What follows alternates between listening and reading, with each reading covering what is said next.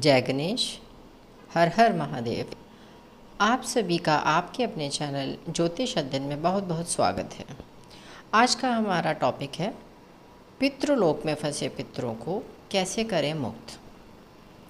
तो आज हम यही जानेंगे कि आप अपने पितरों को जो किसी भी कारणवश उनको मुक्ति नहीं मिली है, वो पितृलोक में फंसे हुए हैं, तो आप उनके लिए क्या कर सकते हैं।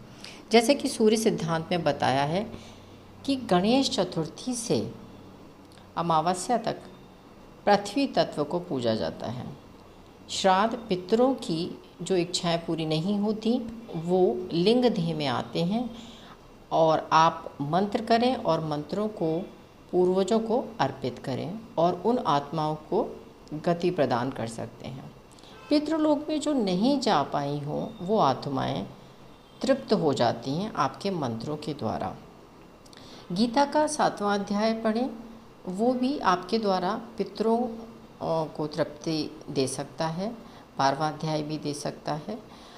आपका जो चित्त वो कैसा है, इससे आपको अधोयोनि मिलेगी।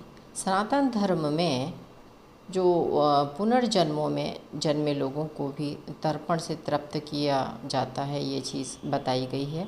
इसी तरह से मत्स्य पुराण में ये कहा गया है कि जो देह प्राप्त कर लेते हैं आप उनका भी तर्पण कर सकते हैं।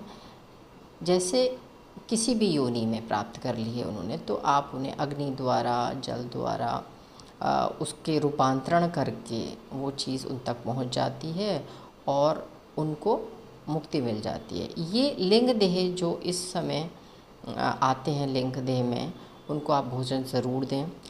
आखिरी दिन अमावस्या पर तो ज़रूर देना चाहिए। और भोजन जब आप करा दें तो शाम के वक्त दीपक जलाकर एक पीपल पर थोड़ा दूर जाके उन्हें विदा भी करना चाहिए कि अब आप जाएं और अपने आशीर्वाद हमारे ऊपर बना के रखें और हमसे कोई भूल हो गई हो तो उसके लिए क्षमा प्रार्थी हूँ।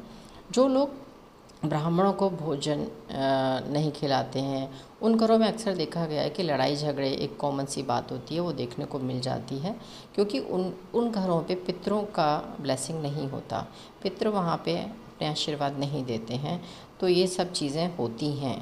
आपके द्वारा आपको अपने पितरों के ऋण से मुक्ति दिलाने का ये वक्त होता है कि आप अपने पितरों ने कोई भी अगर कोई जो कर्म उनका अधूरा रह गया है, कोई ऋण है उनके ऊपर, तो आपके द्वारा वो उस ऋण से मुक्ति भी पा सकते हैं। तो आप उससे मुक्त करिए ये सब प्रक्रिया करके। ऐसे ही है कि दत्तात्रेय का मंत्र करें। गुरुओं के गुरु हैं वो, जो कि अनसुईया जी के पुत्र हैं। तीनों देव उनमें समाहित होते हैं।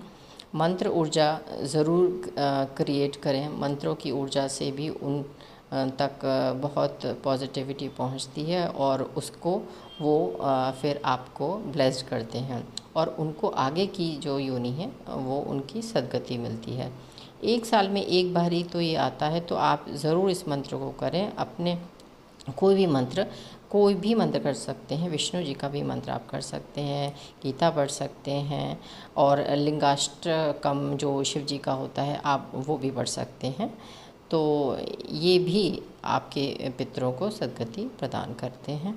तो इस तरह से आप ये करें और सबको अपने ऋणों को उतारने का समय है। आप मंत्रों से अपने पूर्वजों को खुश करेंगे तो आपके ऊपर किसी भी तरह का कोई ऐसा श्राप है या कोई आपके ऊपर कोई ब्लेसिंग किसी पूर्वज ने कर्ज किया है, कुछ भी है, तो आप अपना कर्म भी सुधार सकते हैं। ये भी आपके अपने कर्मों को सही करने का समय होता है।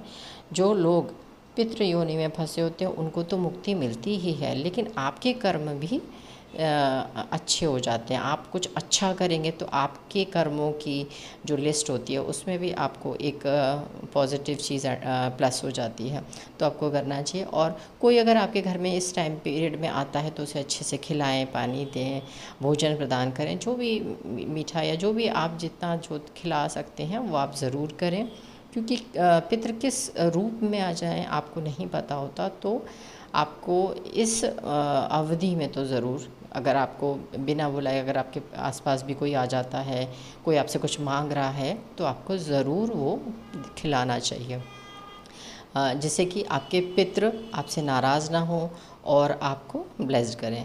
पितृपक्ष जो होता है पूर्वजों के पापों को भी काटने का समय होता है। उनकी जो सोल होती है, उनकी जो आत्मा होती है, उसको सद्गति मिल जाती है। अगर उन्होंने कोई पाप किया है या उनकी कोई इच्छाएं तृप्त नहीं हुई हैं, वो उस इच्छाओं में बंधे हुए हैं और फंसे हुए हैं, तो वो यहाँ से मुक्त होके जाएं। तो ये आपके द्वारा ही इस क्रिया से हो सकते हैं और वो अपनी इच्छाओं से भी मुक्ति पा लेते हैं।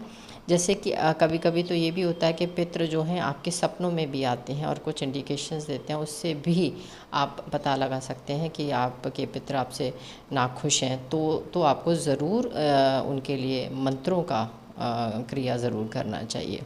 इसी तरह से आपकी जो ऊर्जा है, उस ऊर्जा से, आपके मंत्रों से, आपके दिए हुए भोजन से वो बहुत खुश होते हैं और वो खुश होंगे तो आपको ब्लेस करते हैं। ये सब चीज़ें करना चाहिए क्योंकि पितृपक्ष में हमारे पूर्वज इस धरती पर प्रवेश करते हैं और हमसे उम्मीद करते हैं कि हम उन्हें मुक्ति प्रदान कराएं, मुक्ति हम दिलवाएं उनको। तो हम उन आत्माओं को अपने कर्मों से, मंत्रों से अगर मुक्ति दिला पाएँ तो ये बहुत ही श्रेष्ठ बात है। तो हमें उनके लिए एटलीस्ट उनकी सद्गति के लिए, उनके लिए ये तर्पण ज़रूर करना चाहिए। आई थिंक आपको ये चीज़ क्लियर हुई हो और आप सभी को ये करना चाहिए। आई होप आपको ये टॉपिक अच्छा लगा हो। अगर आपको अच्छा लगा हो तो प्लीज़ लाइक एंड सब्सक्राइब कीजिए and thank you so much.